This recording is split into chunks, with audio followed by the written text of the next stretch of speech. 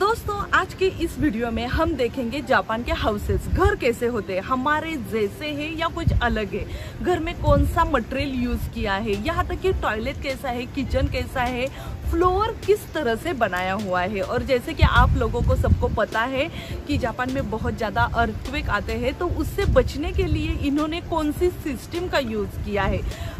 Japan में जो घर होते हैं वो बहुत ज़्यादा हाई टेक्निक का यूज़ करके उन्होंने बनाए होते हैं, तो वो सब हम देखेंगे। यहाँ तक कि हम टॉयलेट से लेकर गार्बेज तक सब कुछ इस वीडियो में बताने वाले हैं। तो दोस्तों आप सबका बहुत बहुत स्वागत है JLPT मराठी में, जहाँ पे हम आपको दिखा रहे हैं जापान में जो जापान का जो कल्चर है वो, और सिखा रहे हैं जापानीज लैंग्वेज, वो भी हिंदी और मराठी में।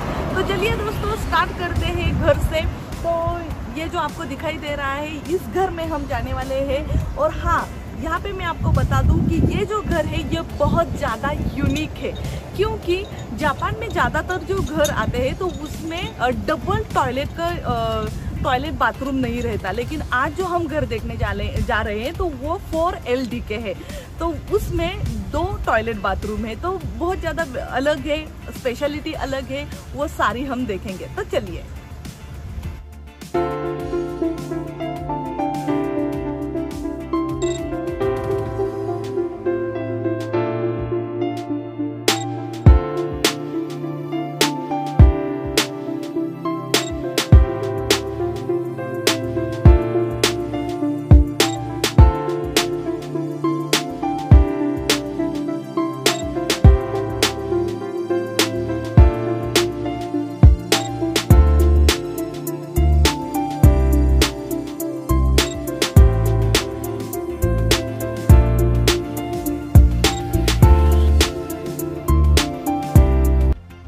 शुरू करने से पहले मैं आपको बता दूं कि इस वीडियो में मैं आपको बताने वाली हूँ जापानीज हाउसेस के बारे में, और ऐसी 3 इंटरेस्टिंग बातें जो हमारे लिए लर्निंग लेसन हो सकती है, बहुत कुछ सीखने को हमें मिल सकता है।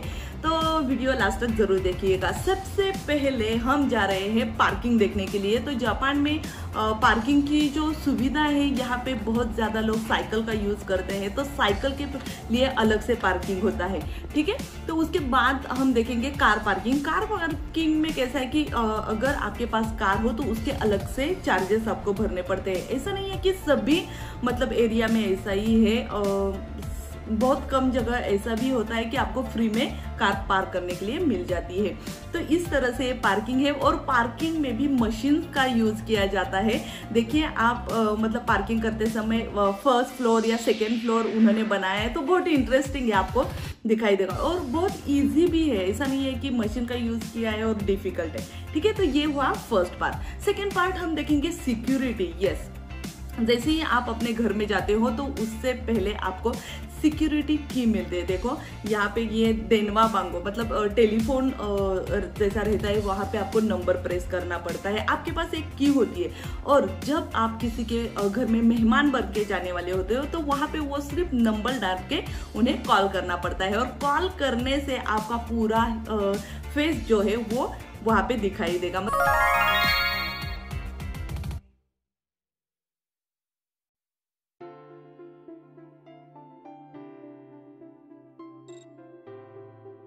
मैंने आपको बताया था, तो हम ये घर देखने जा रहे हैं, तो उस हिसाब से हमें ये बैग मिली है। बैग के अंदर कीज है, और अंदर जाने के लिए स्लीपर उन्होंने दिया है, ठीक है। तो चलिए हम जाते हैं, देखते क्या क्या है अंदर। चलिए।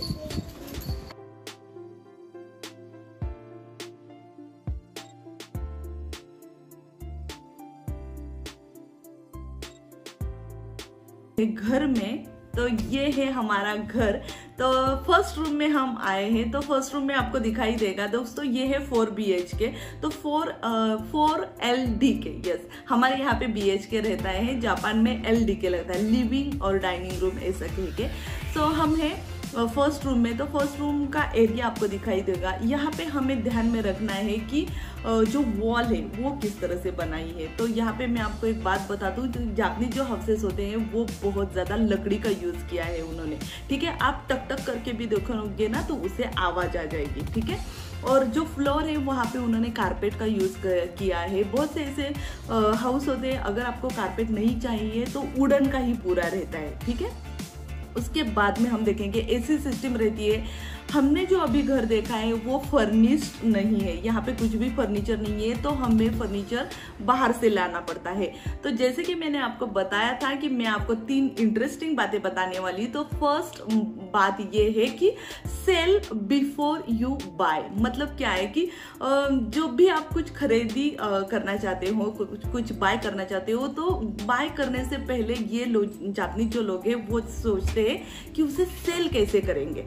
क्योंकि ऐसा नहीं है कि हमने कुछ खरीदी किया और बाद में उसे यूज करके फेंक दिया, ऐसा नहीं होता। यहाँ पे आपको चीजें फेंकने के लिए भी रिसाइकलिंग के पैसे भरने पड़ते हैं। तो ये लोग क्या करते हैं कि ऐसी चीज, मतलब ब्रांडेड चीजें खरीदी करते हैं, और वो खरीदी करने के बाद में जब भी उन्हें वो हाउस छोड़ के जाना पड़ता है तो वो सेल करते हैं, रीसेल करते हैं।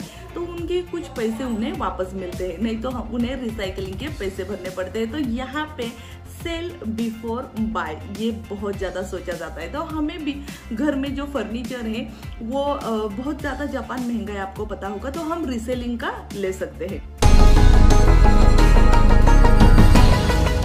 इसके बाद में हम जाने वाले हैं किचन में। तो किचन भी बहुत ही इंटरेस्टिंग है दोस्तों।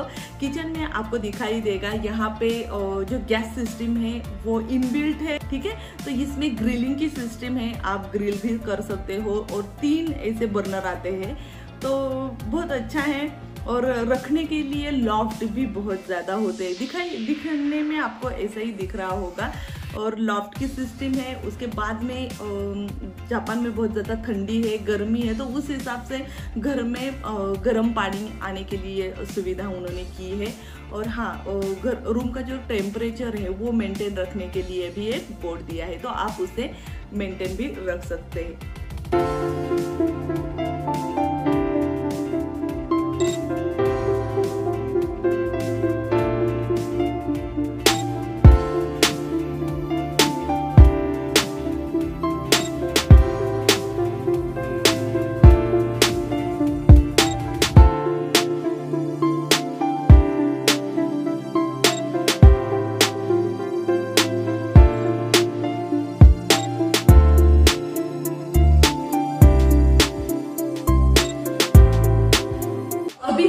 हॉल में, तो हॉल में ऐसी क्या अलग बातें वो हम देखेंगे। तो ये जो हाउस है, जैसे कि मैंने आपको बताया था, ये थोड़ा सा यूनिक है। यूनिक इसलिए है क्योंकि यहाँ का जो किचन है, किचन और हॉल में जैसे हम रेस्टोरेंट में जाते हैं खाना बना के वो हमें देते हैं, तो उसी तरह से यहाँ पे ये किचन हमने देखा, और किचन के पास में ही ये विंडो है, तो यहाँ पे हम खाना लेके इस हॉल में बैठ सकते हैं। तो ये थोड़ा सा यूनिक है। बताने वाली हूँ कि ये जो हॉल हम देख रहे हैं, डाइनिंग हॉल के बाजू में ये जो है वो डोर्स है। तो देखिए इसे ऐसे ही स्लाइड करने से अलग रूम हो जाती है। और हाँ, यहाँ पे मजे की बात ये है कि ये जो डोर्स है वो हम निकाल भी सकते हैं और उसका पूरा एक हॉल बना सकते हैं। तो इस तरह से ये जो है वो हम निकाल के बाजू में रख सकते हैं, और जैसे कि हमारे यहाँ पे मेहमान आए तो हम पूरा एक हॉल बना सकते हैं। तो ये है खासियत जापानीज घरों की। तो कैसी लगी आपको? यहाँ पे और एक इंटरेस्टिंग बात मैं आपको बताना चाहूँगी। ये जो आपको नीचे दिखाई दे रहा है ना चटाई के जैसा, तो ये क्या है, जापानीज ट्रेडिशनल जो हाउस होते हैं उनमें ये थातामी करके आता है। मतलब थातामी हमारा जो राइस हम बनाते हैं तो राइस के स्टिक्स जो होते हैं उनसे वो बनाया जाता है। तो इसकी खासियत ये है दोस्तों कि ठंडी या गर्मी में ये बहुत ज़्यादा एडजस्ट हो जाता है। मतलब गर्मी के दिनों में ज़्यादा गर्मी नहीं लगती, ठंडी के दिनों में ज़्यादा ठंडी नहीं लगती, तो इस हिसाब से उसे घर में बनाए, और उसका अलग से एक स्मेल भी आता है। अगर आप उसे यूज्ड टू हो गए तो आपको वो बहुत अच्छा लगेगा। ये टेलीफोन, जैसे मैंने आपको सिक्योरिटी के बारे में बताया था, तो बाहर से फ़ोन करने के बाद यहाँ पे रिसीव होगा। अब हम जाएंगे बाथरूम देखने के लिए। तो बाथरूम में आप देख लीजिए, यहाँ पे वॉशिंग मशीन रखने के लिए जगह है, और यस, यहाँ की खासियत एक है दोस्तों कि जापानीज़ लोग रात में बाथ टब में बैठना पसंद करते हैं। तो आपको हर एक घर में 100% बाथ टब मिल जाएगा। चलिए बाथ टब देखते हैं। और हाँ, यहाँ पे आपको एक बात बता दूँ कि ये जो आपको दिखाई दे रहा है बोर्ड, तो इससे टेम्परेचर मेंटेन किया जाता है। और हाँ, टाइम भी रहता है आप कितनी देर तक पानी में बैठोगे, तो ये टेम्परेचर के लिए है। तो बहुत इजी है दोस्तों, बहुत सिस्टमेटिक उन्होंने बनाया है। जैसे कि मैंने आपको बताया था कि जापानीज जो हाउसेस है वो बहुत हाई टेक्निक का यूज़ करके बनाए होते हैं। ठीक है, तो चलिए आप देख लीजिए, अगर आपको कुछ क्वेश्चन हो तो हमें पूछ लीजिएगा। तो दोस्तों अभी जो आप टॉयलेट देख रहे हो तो इसका गिनीज वर्ल्ड रिकॉर्ड है। ये जापान के हाई टेक टॉयलेट है। यहाँ पर आपको अलग अलग बटन्स दिखाई देंगे। तो यहाँ पे मैं आपको बता दूँ कि ये जो टॉयलेट है उसका जो वॉशलेट है, आपको सिर्फ उस पर बैठना है, आपका इम्पोर्टेंट काम करना है और कुछ बटन प्रेस करने के बाद में ये पूरा ऑटोमेटिक क्लीनिंग कर देगा। तो इंटरेस्टिंग है। और यहाँ पे मैं आपको बता दूँ कि मतलब जैसे ही यहाँ पे बहुत ज़्यादा सर्दी होती है तो सर्दी के दिन में ये जो वॉशलेट का ऊपर का पार्ट है तो वो वार्म रहता है। ऐसी सिस्टम उन्होंने वहाँ पे बनाई है। और हाँ, रिसाइकलिंग का पानी, यहाँ पे ये जो टॉयलेट है ये इको फ्रेंडली उन्होंने बनाया है। ये जो पानी आप यहाँ पे देख रहे हो तो वो रिसाइकल करके उसका रीयूज़ किया जाता है।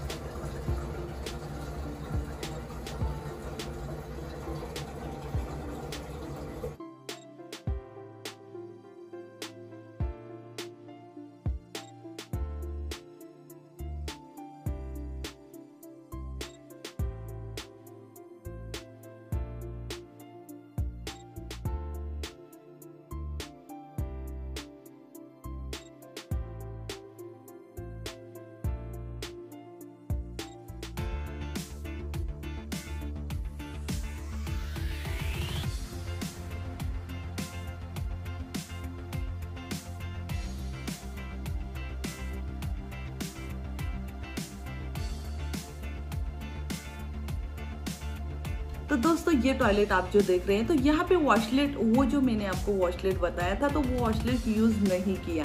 तो खंबा दिखाई दे रहा है, तो अगर आपको उठने बैठने के लिए तकलीफ है तो आप इसका इस्तेमाल करके उठ सकते हैं, बैठ सकते हैं।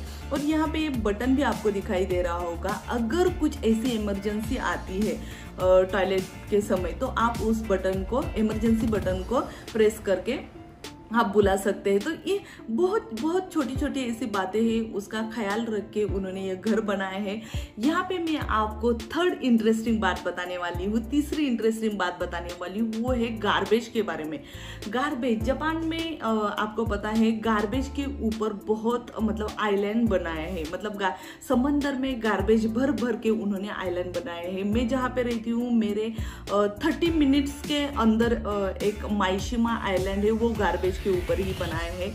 और जैसे कि आपको पता है ओसाका में खानसाई एयरपोर्ट जो है, अभी अगर आप नेट पर भी सर्च करोगे तो आपको दिखाई देगा, वो भी पूरा समंदर में है। तो इस तरह से उन्होंने गार्बेज का यूज करके वो बनाया है। तो गार्बेज में ऐसी क्या इंटरेस्टिंग बात है, ऐसा क्या उन्होंने किया है वो हम देखेंगे। तो आपको दिखाई दे रहा होगा दोस्तों कि यहाँ पे उन्होंने गार्बेज के लिए भी सिस्टम यूज की है। मतलब जो प्लास्टिक है वो अलग दिन हमें फेंकना पड़ता है, सुतेरू कहते हैं उसे। और जैसे कि आपके पास अगर आयरन का कुछ हो तो वो भी अलग, कांच का कुछ हो वो भी अलग, और मोएरू मोएनाई मतलब जो बर्नेबल चीज़ें हैं वो अलग दिन भेजने पड़ते, मतलब अलग दिन फेंकनी पड़ते हैं। तो इस तरह से उन्होंने वो गार्बेज कलेक्ट करके उसका सही इस्तेमाल किया है, उसे रिसाइकलिंग करके उन्होंने खुद लैंड के लिए उसका यूज़ किया है। तो बहुत ही इंटरेस्टिंग है दोस्तों, जापान ने ऐसी बहुत ज़्यादा इंटरेस्टिंग चीज़ें हैं वो उन्होंने बनाई है। तो दोस्तों कैसा लगा आपको वीडियो, जरूर बताइएगा। इस वीडियो में आपको सबसे ज्यादा क्या इंटरेस्टिंग लगा जापान में? जैसे कि हमने टॉयलेट के बारे में बताए, फ्लोर्स के बारे में बताए, थातामी के बारे में बताए, और हाँ गार्बेज के बारे में बताए, कार पार्किंग है, साइकिलिंग है, ये बहुत ज्यादा चीजें ऐसी है कि उन्होंने बताई है। तो आपको ये वीडियो कैसा लगा ज़रूर बताइएगा। अगर आपको इन हाउसेस के बारे में और कुछ जानना है तो हमें कमेंट बॉक्स में ज़रूर कमेंट कीजिएगा, हम उसका आंसर ज़रूर देंगे। तो दोस्तों, जैसे कि मैंने आपको बताया था कि जापान में बहुत ज़्यादा अर्थक्वेक आते हैं, तो उससे बचने के लिए उन्होंने क्या सिस्टम का यूज़ किया है। तो हर घर में एक एस्केप के लिए, मतलब भाग जाने के लिए एक ऐसा उन्होंने रास्ता बनाया है। वो सभी के लिए लैडर का यूज करके आप वहां से जा सकते हो। और दूसरी बात, अगर ये वुडन के घर होते हैं, अगर कभी ऐसा होता है कि घर में फायर, मतलब आग लगती है और आप फायर स्टेशन को फ़ोन करके उन्हें बोलते हैं, तो विदिन 2 मिनट्स में यहाँ पे फायर स्टेशन की पूरी मतलब फायर ट्रक आ जाते हैं। तो आपको ये डेमो देखने के लिए मिलेगा। एक बार मेरे बिल्डिंग में धुआं निकलने लगा था, तो तब ये सारी गाड़ियाँ वहाँ पे आई थी। तो चलिए देखते हैं किस तरह से ये लोग आए थे।